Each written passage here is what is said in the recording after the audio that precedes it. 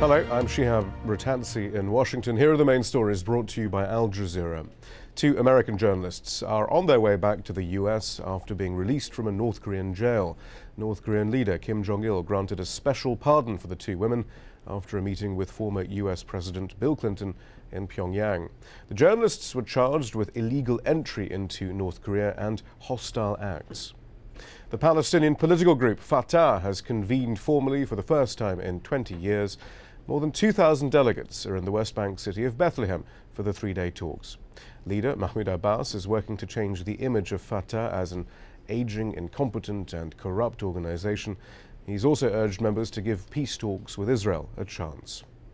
The British government's been accused of hiding behind a wall of secrecy over allegations it was complicit in the torture of suspects abroad. A parliamentary committee on human rights has been investigating the claims, but the government says it unreservedly condemns the use of torture and denies there needs to be a full investigation into the allegations. Overthrown Honduran President Manuel Zelaya is accusing his rivals of using delaying tactics to prevent his return.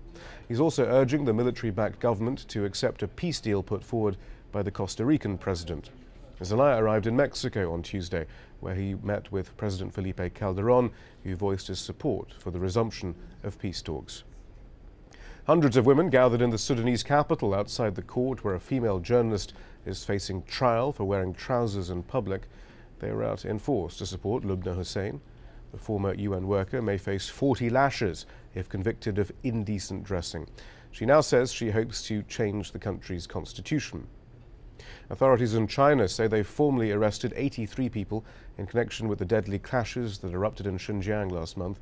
Those detained will face charges ranging from murder and intentional injury to arson and robbery. No date has been set for trial. The violence in China's far west pitted the Han Chinese community against ethnic Uyghurs.